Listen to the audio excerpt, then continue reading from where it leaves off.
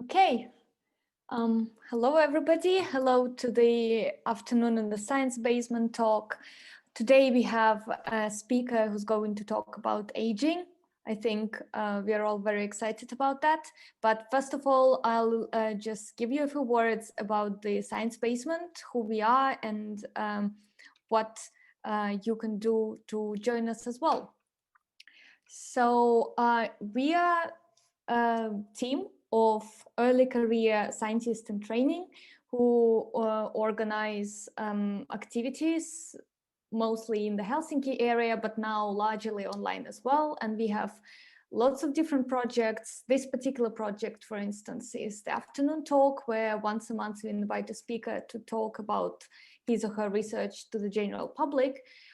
We have a podcast as well, and we have science blogs where we invite authors to write about science, and then some projects like Lego Lab, for example, and lots of others. We also participate sometimes in the events that are organized here in Helsinki and worldwide. If you want to check out what we do, you can go to our website. It might be currently in maintenance, but check it out sometimes nevertheless. Then we have a Facebook page as well, where we publish videos from our talks and everything else we do. We also have a Twitter and Instagram accounts where we quite often post some fun stuff, which is also kind of the shout out for the events and some other things that are happening with the science communication here. This particular afternoon was organized by our wonderful team that you can see now on the slide. And I would like to invite all of you, if you want to join us in the afternoon in the Science Basement and try to organize this kind of events or any kind of other events, feel free to reach out to us. We are very, very welcoming the new members from all kinds of faculties and all kinds of fields. And if you're interested in being a speaker at one of the next afternoons, we still have free slots for next fall and next spring as well. We are not sure whether we're doing it online or offline, but nevertheless, please contact us at the email on the website and the email on the slide as well. Or you can write directly, for instance, to me or to some other people that will show you just a bit later after the talk. And thank you for attending today's talk. I am now giving the word to Rita, who will quickly run a poll. Rita, do you want me to stop sharing my slides for that? I don't think that's necessary. I just didn't know I was going to get the floor. But here's my face again. Yeah, so I'm sending a poll now. Yes. And it should show, actually, Sasha, you won't see this one because you're a panelist. And my finger was too fast. Okay. Yeah, I can actually see the poll now. I think that's okay. But yeah, please describe your mood today, and we want to know some information about you because that's important for our next talks. So please fill it in. We are giving you a couple of minutes, and I think Rita will see how many of you will kind of be ready, and we will wait for some of you to be ready. Yeah, and if you want to follow the results from these polls, we post them usually a week after the talk on our Facebook page. So if you're really curious about our audience, like we are, kind of the age group and where people are coming from, then check us out on the Science Basement Facebook account. So right now I have about 50% have voted already. Okay. And if we wait maybe one more minute. Yeah, sure. We have at about 40 participants here, which I think is pretty great. Yeah, so now we're at 60%. I know the poll is a bit more difficult from the phone. So sorry about that. If you have any suggestions in the future on how to make this more phone friendly, we will accept those. So it's been almost 2 minutes now. Maybe we give 30 more seconds. Yeah, let's try. I think that I don't should want be to enough. rush anyone. Sure. So for 30 seconds, we can dance or something. And I can do some stuff here. I wonder what question puzzles the participants the most, which takes the most time. Probably the mood of the day. Oh, yeah, deciding, am I in a good mood or not? Yeah. All right, we have 76% voted. I'll give 10 more seconds and then I'll close the poll. If you did Cool. not have a chance to answer, you will get a survey once you close out of the talk at the end, and there you can answer the questions if you didn't get a chance. Perfect. All right. I'll end this now. 3, 2, 1. And Done. Okay. Yes. So let's start the talk. I'm giving the floor to Jurgita now, and please remember that you can ask questions during the talk. Please do that in the Q&A section. You can also write something in the chat if you want to say thank you during the talk, or if you want to say something is cool or something is wrong, just feel free. We'll monitor the chat as well. And as soon as the talk is finished, we'll go through the questions and try to create a lively discussion here. Okay, now I'm stopping the slides, and Jurgita, the floor is yours. Hello, just while I'm sharing the slides, I would like to tell that I'm very happy to see you all here. And thank you also so much for Science Basement for the opportunity to be here and to be able to present you my research. And today I will talk about aging. But first, I would like to tell you a little bit more about myself. My name is Jurgita and I come from Lithuania. I am currently a PhD student in Juha Saarikangas lab of cellular individuality in the University of Helsinki. And I have a background of molecular biology, and I previously studied in Lithuania and in Sweden. I'm very passionate about science, but also I like music and yoga. And today I came here to tell you more about aging and my recent findings in that topic, which is a part of my PhD project. And I would like to start with a tale about the fountain of youth, which is a mythical spring that revered aging of everyone who would drink or bathe in its waters. And as 1,000 years ago, travelers were the ones who were seeking to find this magic remedy against aging, nowadays scientists have taken up this role. And in order for scientists to find out the recipe of a fountain of youth, they first need to understand aging. Aging is often viewed as a result from damage accumulation in our cells over time. And that shows humans manifest in some consequences, such as decrease in mental and physical capacity and increase in susceptibility to disease. But if we want to make a fountain of youth, we need to view aging as a process.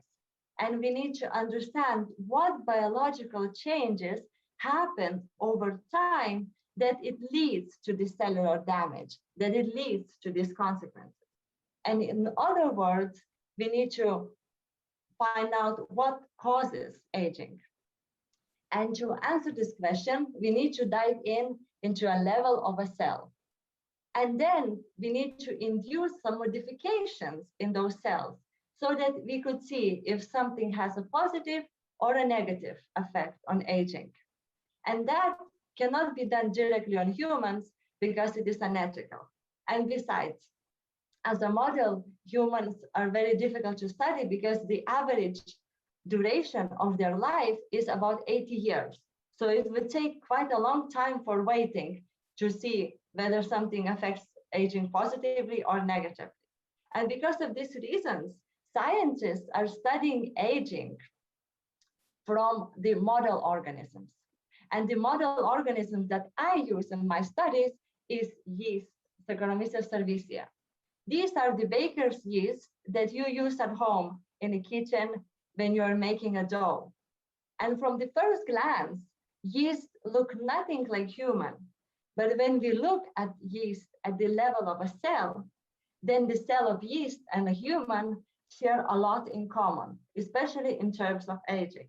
And just to illustrate you how powerful as a aging model yeast is, I would like to mention that there has been numerous interventions discovered by using yeast as a model that would extend a life duration. For example, the caloric restriction, when yeast would get way less of sugar or protein, amino acids, scientists noticed that it would extend their life. And that was then applied to humans too. And it turned out to be quite universal, that caloric restriction extends life span. Also in yeast, there has been many genes discovered that if we, for example, delete those genes, they would prolong life. And many of those apply to humans too. And last, there are some drugs, for example, rapamycin administration to yeast would increase their life duration. And nowadays, rapamycin is used in clinical trials in elderly people as an anti-aging drug. And these are just highlights how powerful yeast as a model organism for studying aging is. And this is mainly because it takes only several days for yeast to age. And so we can make some modifications in those cells and then observe how those cells age and then come back and do more. And we all know how humans age, but how does the yeast cell age?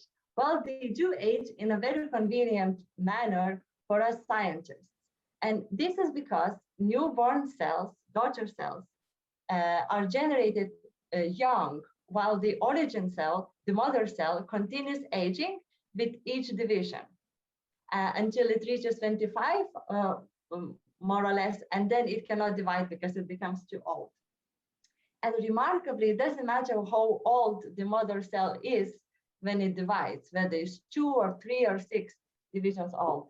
The newborn cells are always have always age reset to 0.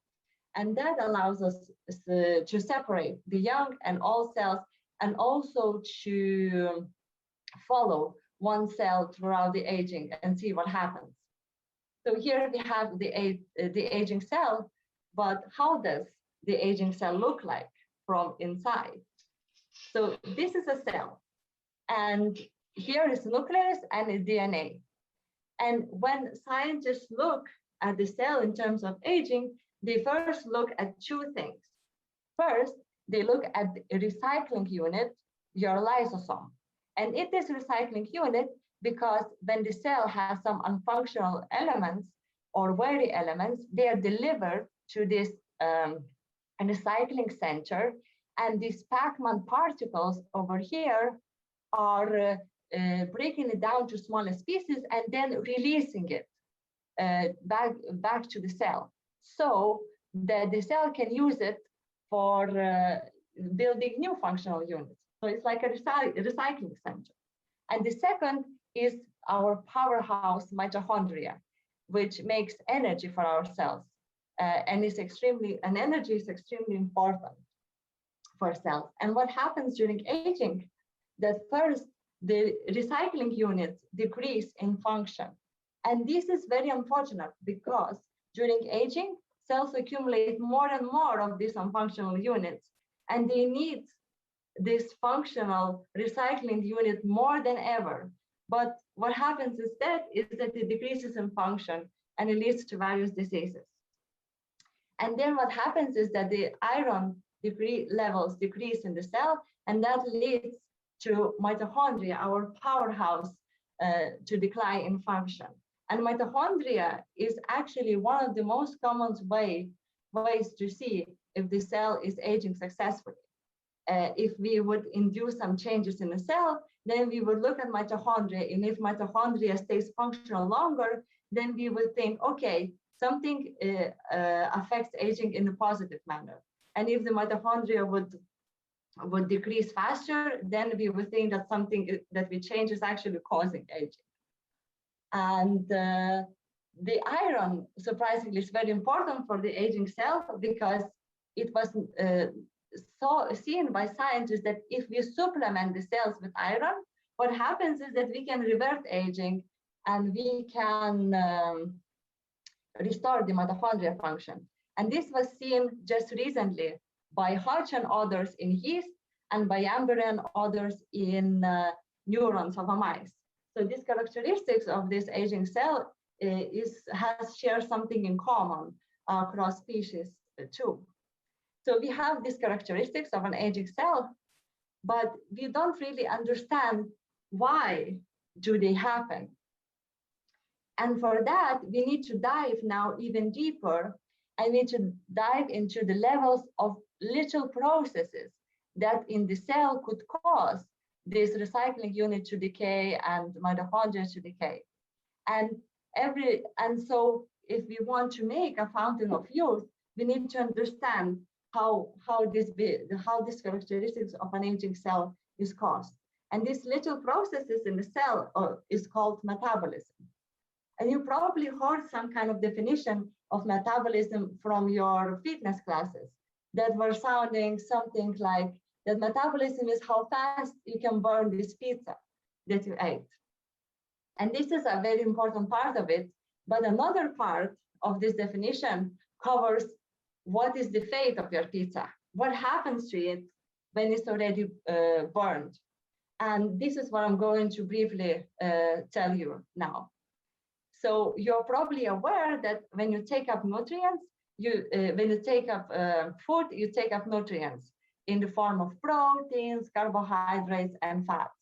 And then they come to your stomach and get broken down to smallest pieces of those nutrients. So carbohydrates are broken down to sugars, and proteins to amino acids, and fats to fatty acids. And then they travel to your bloodstream until they reach your cells. And when they come into the cells, then these nutrients are used in a cell to build some components or to build some storage units of that nutrient so that later the cell can actually break those storage units and use it for the energy. And those nutrients also used to maintain all the components and how much of different components there are in the cell, and also to repair unfunctional units. And all these processes happen at the same time in a cell. And this is called cell metabolism. And cell metabolism directly depends on these little workers here, which are called metabolic enzymes, and they are also proteins. And the metabolism depends on their work so much because it really matters how, for example, fast these little workers work, or how many of them are dedicated to one task or to another, and how are they distributed. And then if our metabolism depends on these little workers, who orchestrate them? Who controls how many of these workers we have? And this all is written in your DNA. In your DNA, there are regions that code information how to make these metabolic enzymes or little workers. And these regions are called genes. And your cell has so many different genes that could code so many different workers, so many different proteins. But not all of them are present and working in the cell at the same time, because some of the genes are on and some of them are off and not making any workers. And what dictates what genes will be on or off is the environment. So environment for us scientists could be, for example, nutrient availability. If there is more of one nutrient but not another, then the cell would turn on certain genes so that it could make workers that could somehow handle that type of nutrient better. Or if the cells are starving, it will be different kind of genes that are on so that the cell could maybe recycle some units, maybe break down the storage unit of the cell so that the cell can get energy. And the same goes with stress in terms of heat. And the environment, when I say environment, is outside of the cell, but is also inside of the cell. And if you remember that I told you that in aging cell, the iron levels decrease. So then it will turn on other specific genes that could handle this iron limitation situation in the cell and other workers. And so naturally in aging, there are many changes that happen that could trigger some genes to be on and off. And yes, there has been so many of the genes identified that somehow are involved in aging and are making some workers that contribute to the characteristics of an aging cell. And for example, if we delete some of the genes, then we see that the cell is living longer.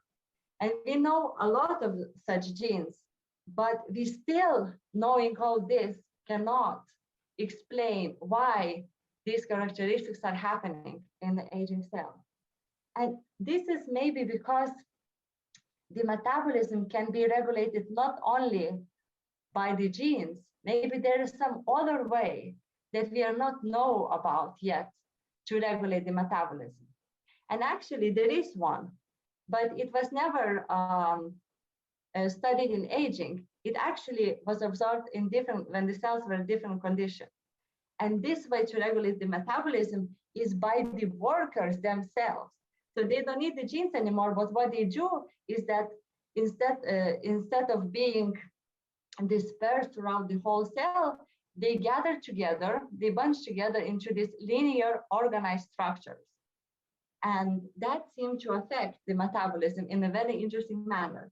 And scientists saw this happening in the cells that would starve, that would have no nutrients. And when the cells would experience such environment, then they noticed that these little workers or metabolic enzymes would stack into this linear object. And they noticed many of these workers, they noticed that many of these workers are able to do so. And then they realized that by doing so, they also gain a special different abilities. For example, for some of those workers, when they stack together, they get activated, so they work faster, or inactivated, so they quit their job. Or, for example, they gain entirely new functions, so they forget the job they were doing before and they start completely something new. And it also allows them to gather together into only one spot on the cell and do their work only here, but not in the rest of the cell.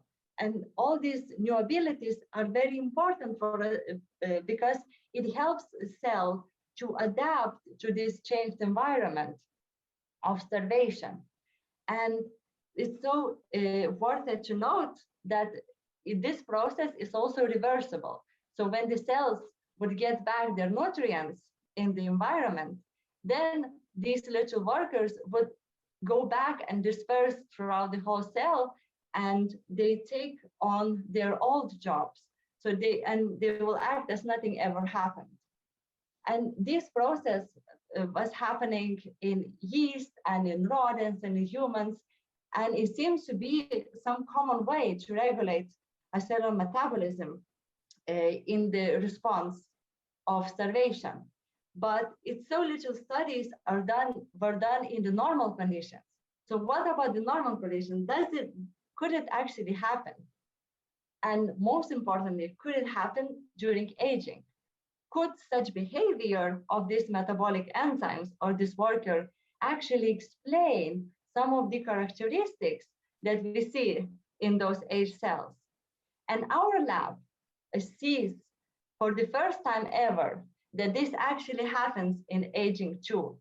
And we see that particularly happening in the protein called GLT1, which is responsible for glutamate, amino acid glutamate production. And here in this picture, you see a yeast cell. And this, in magenta color, the surface of the cell is highlighted.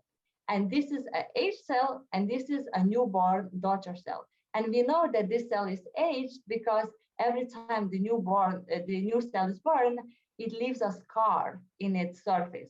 So we see that this cell have been dividing for quite a lot of time. And in the picture on the left, you see exactly the same two cells, but what is now highlighted in green is GLT1. And you see that GLT1 is forming this organized linear shape in the age cell, but not in the newborn cell. And this is a prediction, a schematic model, how this could happen, where young cells have GLT1 that is on its own, and when cell age, it stacks together in the organized shape. And the video, I also have a video to show how this happened, and this will be a fast forward video. And here is a yeast cell, and the yeast cell will divide and age. And at some point, you will see these GLT1 structures emerging in green. So let's look at it. So here is the cell divides, and here is the GLT1 in green, here too. So we see that happening in most of the age cells. And we started to wonder, what is its function during aging? What does it do? And in order to answer this question, we had to modify the GLT1 that we have. And we modify it in the way that it cannot bunch together anymore, but rather it is dispersed throughout the whole cell. And we call this modified version of GLT1 a mutant. While the normal version is behaving the same as I just explained you, that during aging, it bunches together into this linear object. And then we wanted to see how would those cells age, and would the aging of those cells that are having GLT1 bunches together or not would differ. And we looked at the mitochondria function. And what we found is summarized in this graph. Here on the left, you see the mitochondrial function. And on the bottom, you see the age of the cells expressed by divisions. And in dark gray, there is a normal GLT1 that bunches together, groups together during aging. And the turquoise color is a mutant. And what happens is that in the cells where GLT1 is bunching together during aging, the mitochondria function is declining over time. But in the mutant, it's quite stable. So it seems that GLT1 grouping together affects aging of a cell and mitochondrial function. And that is quite good news for researchers of Autumn of Youth, because now we can actually lift these puzzle pieces, because we found that GLT1 is somehow engaged in these characteristics of an aging cell and contributes to the decay of mitochondrial function. And we think this happens because GLT1 bunching together affects the iron levels in the cell. And we are working further to confirming why exactly, to which mechanism this exactly happens. But now what is really important is that the GLT1 grouping can actually explain some changes in the aging cell. And we wanted to look at it further and see what does it do, what GLT1 grouping do to cell metabolism, to those little processes in the cell. And the differences where we see the biggest difference in the amino acid metabolism. And what we see is that when the cells are aged and they form this linear GLT1 bunching together structure, they start to have so much more amino acids inside of those cells. And this we don't see in young cells. And we also don't see that happening in the mutant, modified version of GLT1 that does not bunch together with aging. And then it seems that GLT1 bunching together somehow makes amino acids to make the cell to have more amino acids in the cell, and how those amino acids actually occur in the cell. So it could be produced by the cell, or it could be uptaken from the environment. And our data suggests that it's rather that the amino acids are uptaken faster by those cells that are forming GLT1 bunched together structures. And is it good or is it bad to uptake more amino acids? It all depends on your neighbor. So here are the cells, and they are neighboring cells. And in the middle, there's age cells that we know that is specializing in uptaking amino acids, while its neighbors are young cells specializing in producing the amino acids. So then those cells can work together and they can share structure, they can share functions, and they don't need to waste energy to do exactly the same thing. They can actually divide the labor. And why also is good to be different from a neighbor is that if there is some stress in the environment that arrives, there will be some cells that will be better at handling that stress than the others. And those cells that has exactly those functions that are better to adapt to that stress will save themselves and also will save their neighbors. So this all suggests that aging is somehow induces differences between the functions in the neighboring cells. And it leaves us with two sides of a coin. In one, aging helps to unfold some metabolic functions in the cell so that the cell could share their work, divide their work, and also it helps them to survive and adapt to environment. But on the other side, the cells are increasing in functionality and have a higher chance to develop a disease.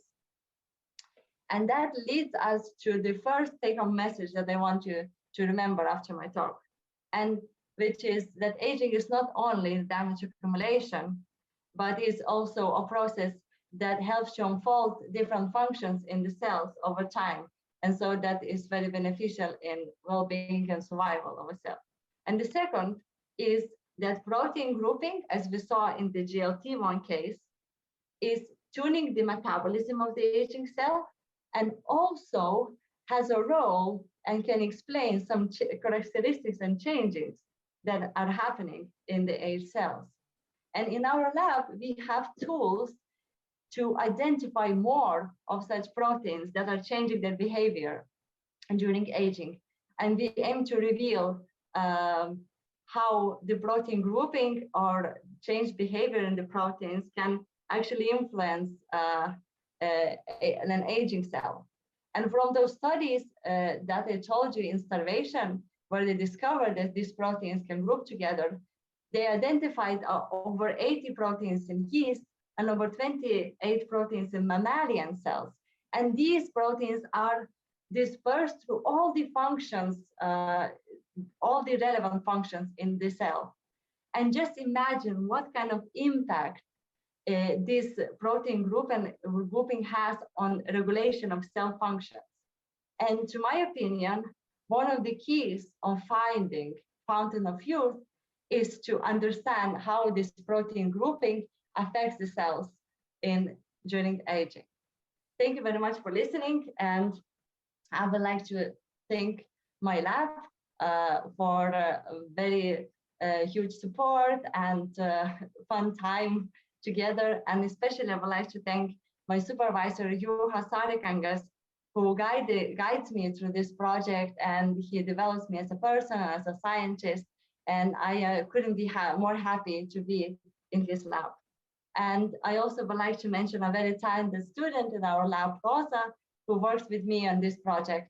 Also collaborators from University of Helsinki and ETH Zurich. Also my doctoral program, ILS, Integrative Life Sciences, for funding my PhD, and for Science Basement, for the Science Basement team, for making this talk happen today, and for helping me to put out my word in the clearest and most efficient way possible.